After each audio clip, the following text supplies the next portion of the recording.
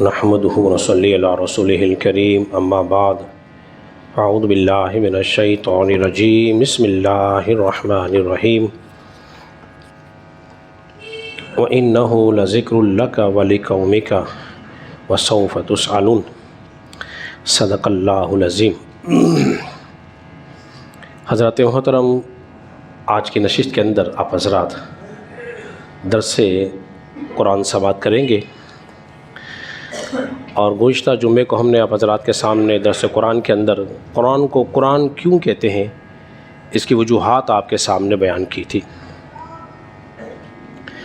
آج انشاءاللہ تبارک و تعالی قرآن کے چند فضائل اور آئندہ جو درس ہوگا اس میں حفاظت قرآن کے موضوع کو بیان کرنے کے بعد پھر ہم تفسیر سورہ فاتحہ انشاءاللہ عزیز بیان کریں گے۔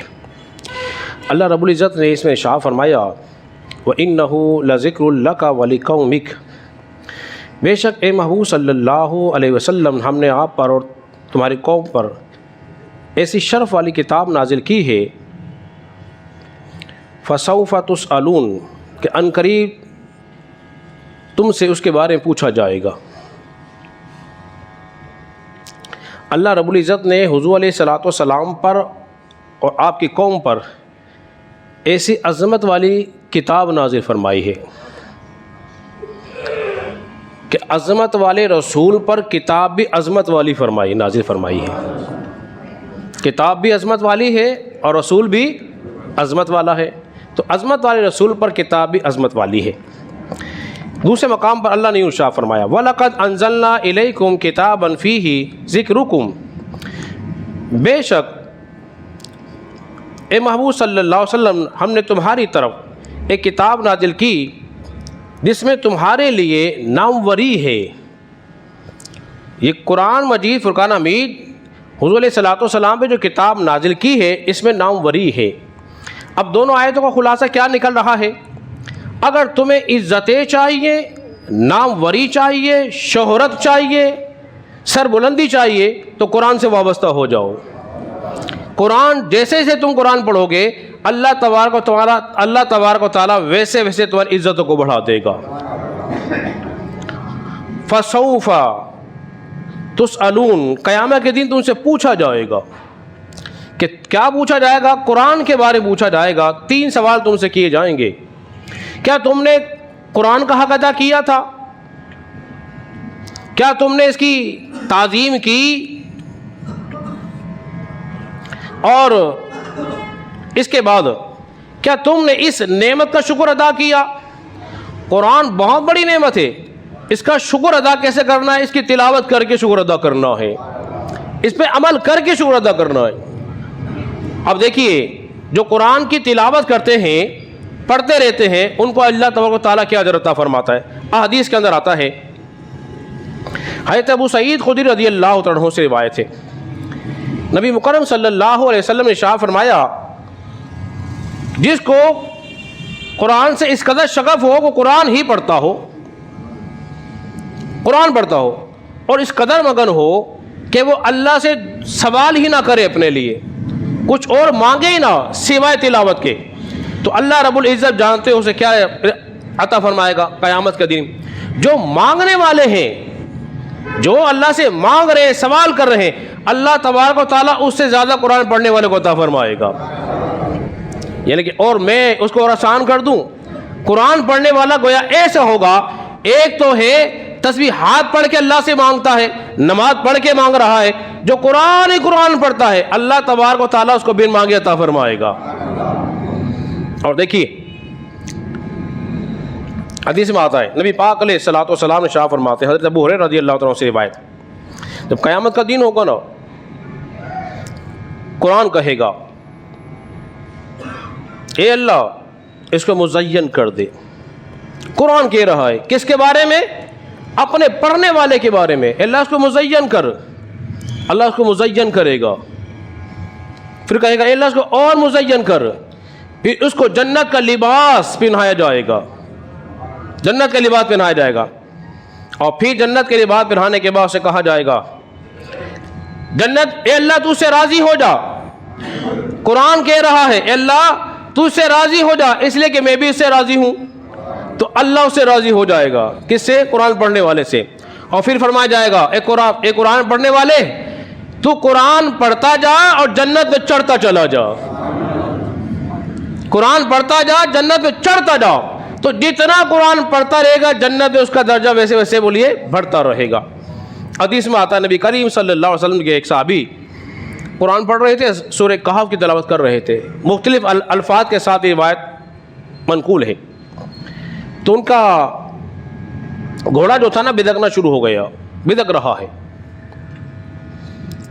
اور کیا دیکھا کہ قرآن جب تلاوت کرتے نا ایک بادل سا اوپر سے امڑ کر اس کو گھیر لیا, بادل سے چھا گیا.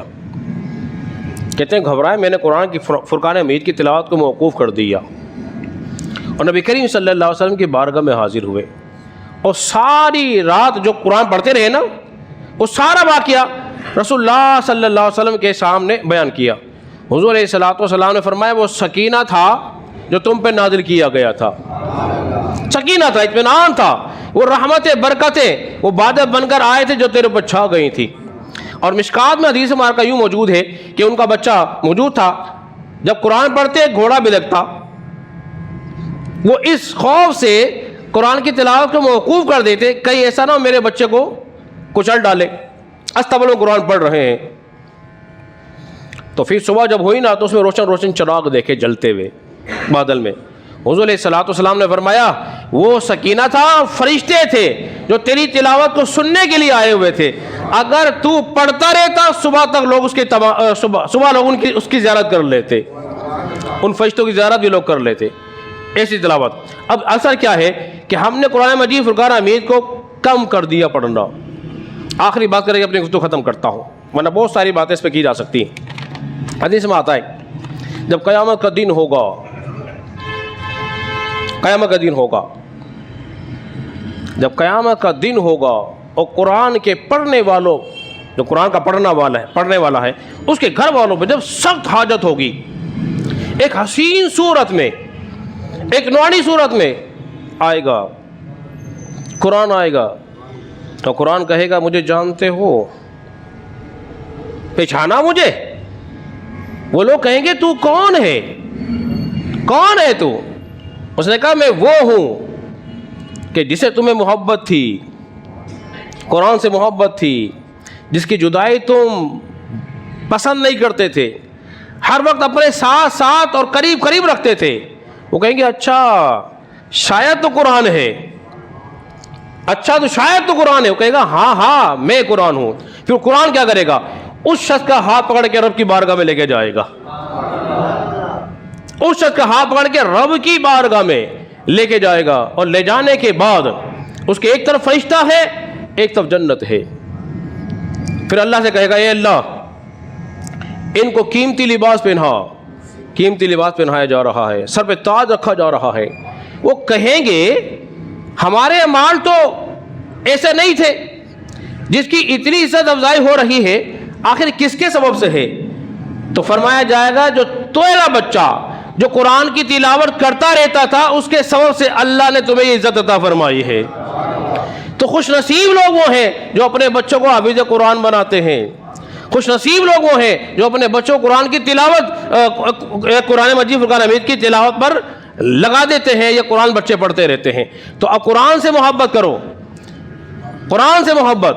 ہم نے ہر چیز کے لیے ٹائم نکال لیا لیکن افسوس قرآن کے لیے ٹائم نہیں نکالا. نبی پاک علیہ الصلوۃ والسلام نے ارشاد فرمایا تمہیں بہترین شخص وہ ہے, بہترین شخص جو قرآن پڑھتا بھی ہے دوسروں کو پڑھاتا بھی ہے. یا تو پڑھنے والے ہو جاؤ یا پڑھانے والے ہو جاؤ. جتنے بوڑھے ہیں, نوجوان, بزرگ, میرے دوست احباب بیٹھے ہوئے ہیں, اگر نہیں پڑھے ہوئے تو آؤ پڑھنے کے لیے, آؤ پڑھنے کے لیے. پڑھتے رہو گے ویسے ویسے بلند ہوتے رہو گے. ہر آدمی چاہتا ہے کامیابی کی طرف بلند ہو جاؤ, عزت ملے, برکتیں ملے, شہرت ملے. تو ساری عزتیں, برکتیں, شہرتیں کس سے وابستہ ہیں بولیے؟ قرآن سے وابستہ ہیں. جب تم اس کے ساتھ لگ جاؤ گے تو انشاءاللہ دنیا بھی اچھی ہوگی, آخرت بھی اچھی ہوگی. اللہ رب العزت کی بارگاہ میں دعا کریں کہ اللہ تبارک و تعالی ہم سب